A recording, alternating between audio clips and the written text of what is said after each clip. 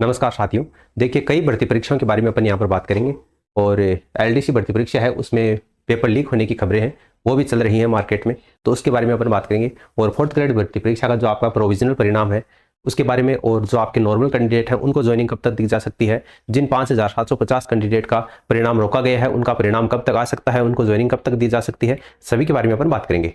तो सबसे पहले तो देखिए, आलोक राज जी ने लैब असिस्टेंट जो आपकी एग्जाम है उसके बारे में अपडेट दिया है कि लैब असिस्टेंट परीक्षाओं का जो परिणाम है वो आपका 15 अगस्त ±7, यानी कि आप ये मानकर चलिए कि 7 अगस्त से लेकर के आपका लगभग 22 अगस्त तक लैब असिस्टेंट भर्ती परीक्षा है उसका परिणाम आ सकता है ना। ±7 इन्होंने बताया है, तो अपन मान सकते हैं कि 7 से 22 के बीच में, 15 अगस्त के आसपास है वो लैब असिस्टेंट भर्ती परीक्षा का परिणाम आ जाएगा।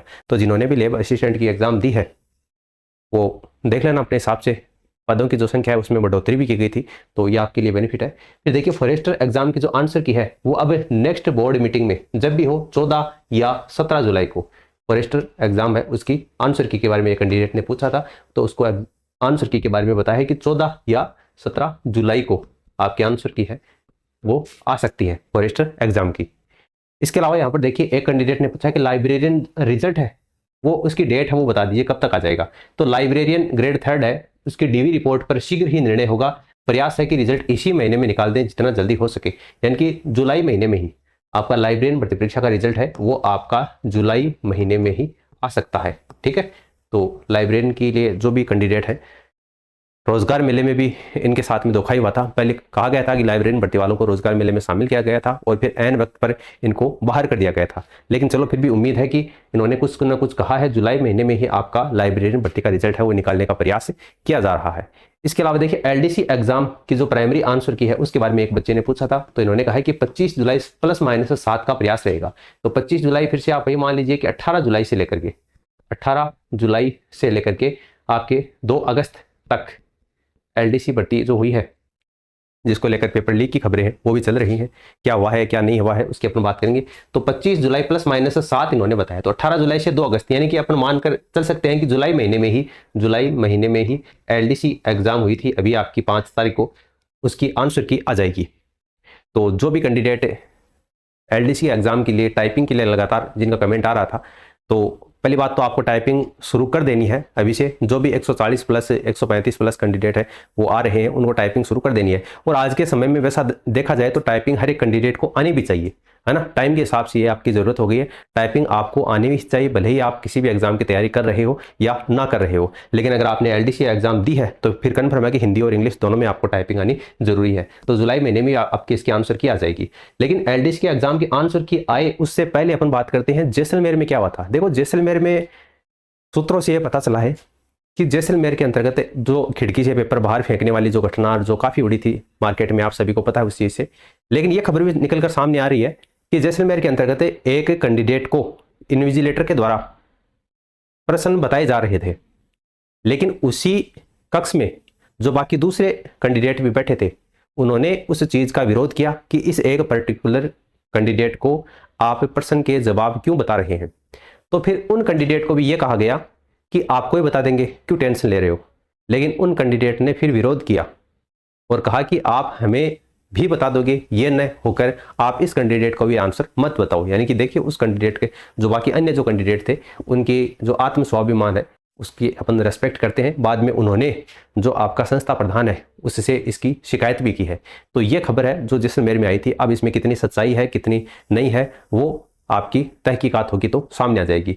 लेकिन जैसलमेर के बाद में अब टोंक में भी एलडीसी भर्ती में नकल करने के आरोप लगे हैं। देखो, कहीं ना कहीं कुछ ना कुछ तो है, ऐसा तो है नहीं कि बिल्कुल भी नहीं है, क्योंकि बिना बीज के पौधा नहीं उगता है ना। थोड़ी बहुत गड़बड़ी तो इसमें है, कन्फर्म है। लेकिन अब कितनी है, कितने लेवल पर है, कितने बड़े लेवल पर है, ये देखना होगा। हालांकि कांग्रेस राज में भी गड़बड़ी काफ़ी होती थी। डोटासरा जी जब आपके पता है शिक्षा मंत्री जी थे, काफ़ी उन पर आरोप लगे हैं कि उन्होंने अपने परिवार वालों को आरएस लगा दिया था, और काफ़ी रीट वाली जो भर्ती है उसमें भी धांधली के आरोप लगे थे, बाद में रद्द भी हुई थी। तो काफ़ी बड़े पैमाने पर भर्तियाँ हैं वो रद्द भी हुई थी। लेकिन बीजेपी के राज में अब भर्ती परीक्षाएं पेपर हैं वो लीक हो रहे हैं या नहीं हो रहे हैं, या इनको दबाया जा रहा है, ये तो आने वाला समय बताएगा।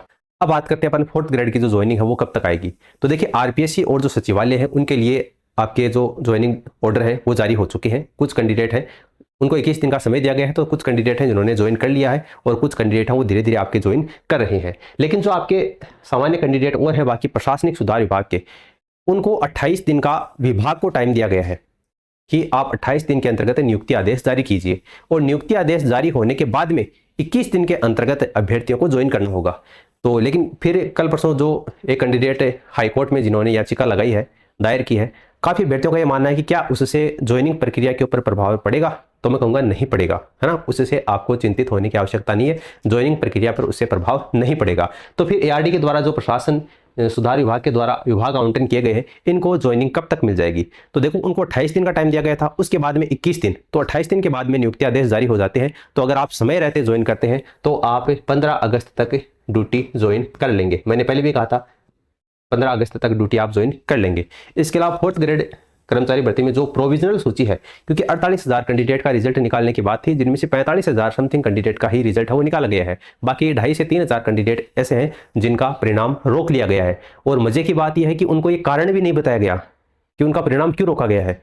तो ये भी कहीं ना कर्मचारी चयन बोर्ड के अध्यक्ष आलोक राज जी हैं, उनकी गलती है। कम से कम जो आपने प्रोविजनल सूची जारी की है उसमें आगे कारण मेंशन करना चाहिए कि इन अभ्यर्थियों का परिणाम है वो हमने इसलिए रोका है, ताकि वो भी बाद में अपना जो डॉक्यूमेंट्स है वो सही समय रहते उसमें डॉक्यूमेंट्स में सुधार करवा पाए, और उनको 7 या 15 दिन का जितना भी आपको टाइम देना है वो टाइम दीजिए, ताकि बाद में इन प्रोविजनल वाले जो बच्चे हैं इनको भी इन्हीं कैंडिडेट के साथ में ज्वाइनिंग की प्रक्रिया में शामिल हो सके। लेकिन मैं आपको बता दूं कि अभी तक प्रोविजनल जो सूची है वो जारी नहीं की गई है। तो अगर जारी नहीं की गई है, इसका मतलब कब तक जारी होगी? तो संभावना है कि 31 जुलाई तक। वैसे तो प्रोविजनल सूची आ चुकी है, लेकिन उसमें कारण नहीं बताया गया, तो एक प्रोविजनल लिस्ट और आएगी जिसमें आपका कारण मेंशन किया होगा कि किस कारण से आपको प्रोविजनल कैटेगरी में डाला गया है। तो फिर आपको उसमें सुधार करने का अवसर दिया जाएगा। तो 31 जुलाई तक प्रोविजनल सूची जारी होने की संभावना है।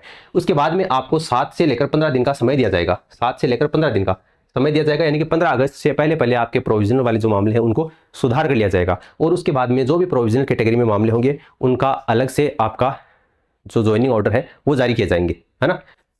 अब आते हैं प्रोविजनल जो क्लियर मामले कब होंगे। तो मैंने आपको बता दिया कि 15 अगस्त तक प्रोविजनल मामले हैं वो क्लियर होने की संभावना है। अगर 31 जुलाई तक प्रोविजनल लिस्ट आ जाती है तो 15 अगस्त तक आपके प्रोविजनल मामले हैं वो क्लियर हो जाएंगे, और अगस्त के महीने में भी आपको ज्वाइनिंग दी जा सकती है। होल्ड रिजल्ट कब तक आएगा? जो 5,750 कैंडिडेट हैं जिनका परिणाम न्यायालय के अधीन है, तो उनका रिजल्ट है वो कब तक आ सकता है? तो उनका रिजल्ट ऐसा है कि जैसे डबल बेंच में आलोक राज जी ने याचिका है वो दायर कर दी है, तो अब डबल बेंच में याचिका लगाने के बाद में अपन उम्मीद कर सकते हैं कि 31 जुलाई तक जो होल्ड रिजल्ट है, होल्ड कैटेगरी है, जिनका मिनिमम पासिंग मार्क्स से डिसाइड करने के लिए न्यायालय ने आदेश जारी किए थे, जिसको लेकर आलोक राज जी डबल बेंच में गए हैं, वो मामला 31 जुलाई तक सुलझ जाना चाहिए अगर आलोक राज जी ने चाहा तो, ठीक है। हालांकि मामला न्यायालय के अधीन है, लेकिन अपन फिर भी कोई तारीख देते हैं तो वो सही नहीं होता है, क्योंकि न्यायालय में गया हुआ मामला कब तक क्लियर हो जाए कोई पता नहीं है। 1 दिन में भी हो सकता है और 2 महीने भी लग सकते हैं, लेकिन फिर भी अपन अनुमान लगाते हैं कि जिस तरीके से कर्मचारी चयन बोर्ड काम कर रहा है, जिस तरीके से उसने रिजल्ट निकाला है, तो अपन उम्मीद कर सकते हैं कि जो होल्ड रिजल्ट है वो आपका 31 जुलाई तक आ जाएगा। इसके बाद में इनको ज्वाइनिंग कब तक मिल जाएगी? तो जैसे ही होल्ड रिजल्ट 31 जुलाई तक जारी होगा तो फिर इनको भी ज्वाइनिंग प्रक्रिया है वो जल्दी ही शुरू हो जाएगी, क्योंकि उसमें बाद में देखो आपका ज़्यादा कुछ नहीं करना है, उनका डॉक्यूमेंट्स वेरिफिकेशन वगैरह सब कुछ हुआ है,